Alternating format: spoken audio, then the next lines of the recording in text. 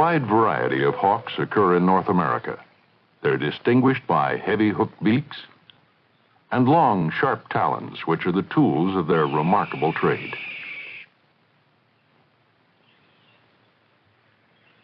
Hawks hunt other creatures for a living. The red-tailed hawk is at home in woodlands, mountains, and even deserts across the nation. It feeds on mice and other small mammals.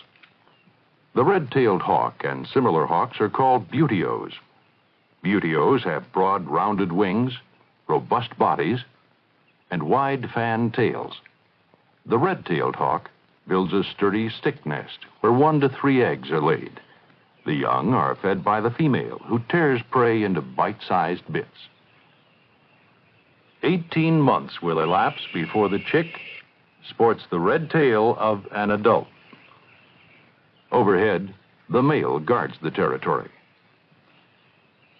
Hawks sit atop the food chain and reproduce slowly. In the time red tails produce 2 young, a pair of mice might raise 2 dozen offspring.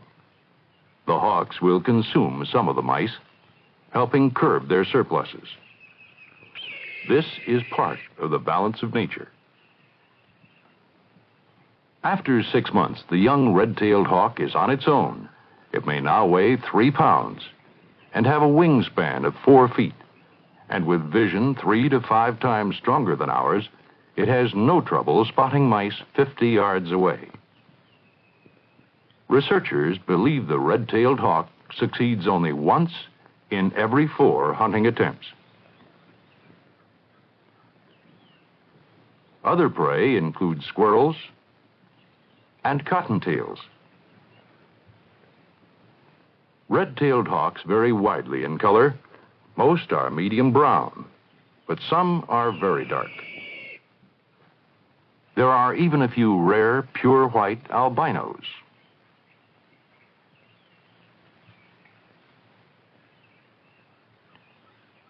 A common close relative of the red-tailed hawk is the slightly smaller red-shouldered hawk. It's found in lowlands and swamp forests, chiefly east of the Great Plains. The red-shouldered hawk also nests in upland woodlands, though it avoids the territory of its larger cousin. Notice the reddish-brown feathers on the adult shoulder. The red-shouldered hawk usually hunts amphibians, reptiles, and small mammals and birds. The male arrives with a frog captured from a swamp. Do you think red-shouldered hawks greatly reduce the number of frogs? Or will they hurt snake populations?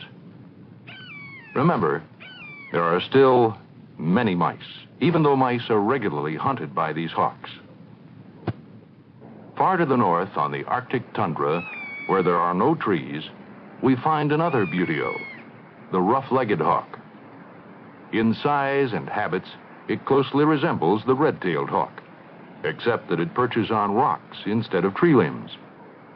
The carefully guarded nest is just a shallow depression on a cliff. Rough-legged hawks are named for the warm feathers they wear down to their toes. Winter's approach sends them south to the United States. The marsh hawk is another ground nester found in northern fields and marshes. The male wears pearl gray. The female dresses in brown. The marsh hawk is not a buteo, but a harrier. Like other harriers, it is slender and has long wings and a long tail.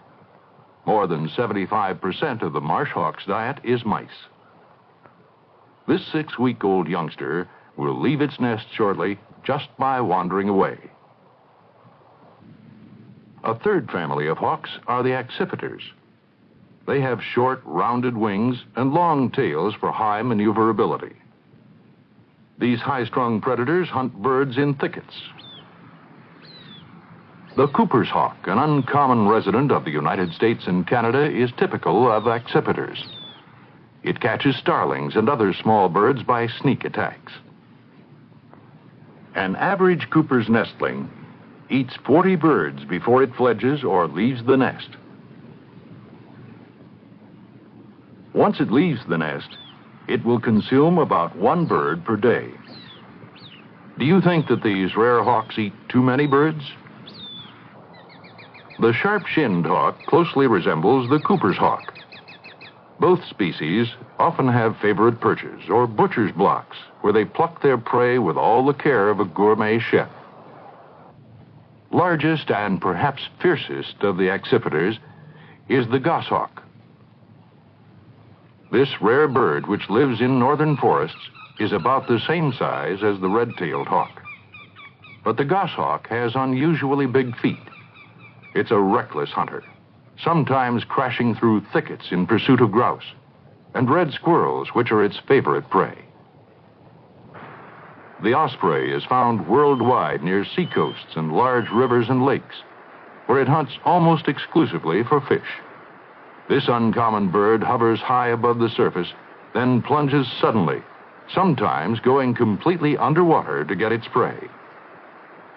It's not unusual for osprey to catch fish weighing as much as 2 pounds. And it's said that an osprey once drowned going after a record-breaking catch. But maybe that's just a fish story. North America's smallest and most numerous hawk is the kestrel. The drab female and colorful male are often seen perched on utility poles along highways. The blue jay-sized kestrel, or sparrowhawk, is a member of the falcon family. Like other falcons, it has long pointed wings, a large head, and a long tail. Falcons fly with choppy, powerful wing beats and are famous for their speed. In late summer, the little kestrel often dines on grasshoppers. The famed peregrine falcon is probably the Earth's fastest bird. In a dive, it can go 160 miles per hour. The cliff-loving peregrine once nested on ledges throughout much of the world. Now, unfortunately, except in distant northern regions, it has disappeared from most of North America. Scientists believe that certain insecticides can be blamed for much of this loss. Today, scientists are experimenting with ways to bring the endangered peregrine back to some of the areas where it once lived. The peregrine hunts birds in flight. Using its massive feet, it attacks them in midair. At one time, the peregrine even hunted pigeons and sparrows in New York City, where skyscrapers offered nesting sites. The name peregrine means wanderer, and someday these young may travel all the way to Argentina to winter. For thousands of years, man hunted with falcons. Falconry is still practiced in some areas today. The winged hunter is released to circle overhead. When prey flies below, the falcon stoops or dives, striking the unsuspecting bird with its feet. This pigeon may never see the falcon coming. Under favorable artificial conditions, the hawk usually is successful. However, in the wild, one observer reports that falcons make kills in fewer than 1 out of 10 tries. The hawk is brought back with a lure and food.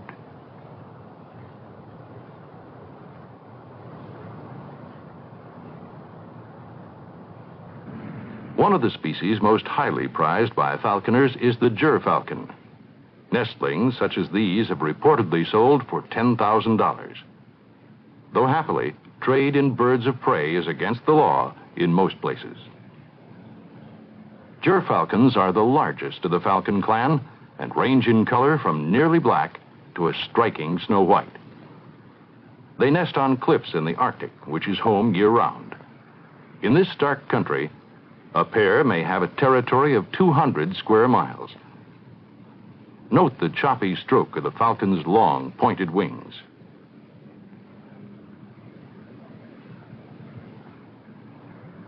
Gerfalcons feed on both birds and mammals, which these nestlings will soon have to learn to catch for themselves. Eagles are included in the hawk family. They are beautios like the red-tailed hawk. North America has 2 species, including the golden eagle, named for the colorful hue of its neck feathers. This rare resident of remote western and northern regions feeds largely on small mammals such as ground squirrels and jackrabbits. The second eagle is our national emblem, the bald eagle. This impressive 10 to 12-pound bird has a wingspan of nearly 8 feet. The bald eagle builds a bulky treetop nest and may remodel it year after year until it weighs a ton or more. The bald eagle feeds chiefly on fish and rarely ventures far from water. While it is skillful at plucking prey from shallow depths, the eagle may simply scavenge dead fish. And to its discredit, it will also rob the osprey of a catch. For these reasons, Ben Franklin disagreed with the choice of our national emblem. He suggested the wild turkey. But few creatures appear to be as magnificent as the bald eagle. But unfortunately, the bald eagle is an endangered species. In the United States, it is now common only in Alaska and part of Florida. Poisons and human interference have been the eagle's most dangerous enemies. Many people are now trying to save the bald eagle and bring it back to places where it once lived. But this takes time because these large predators mature slowly. The young remain in the nest for 3 months and under their parents' care through fall. It takes at least 4 years before the dark brown youngster finally gets the white markings of an adult and is ready to breed. As a mature bird, the eagle may live for 10 years, with its impressive form adding grace and beauty to our nation's skies. As wild hunters, hawks face many natural dangers, but people are their greatest enemies. Thoughtless individuals shoot many, and our chemicals poison others. And as we carve up the wilderness to gather resources and make room for housing and agriculture, we destroy habitat. When habitat goes, hawks disappear with it. But hopefully, the red-tailed hawk and its relatives will always find wild living room. They are welcomed as an important part of nature's balance, and they add exciting variety to our world.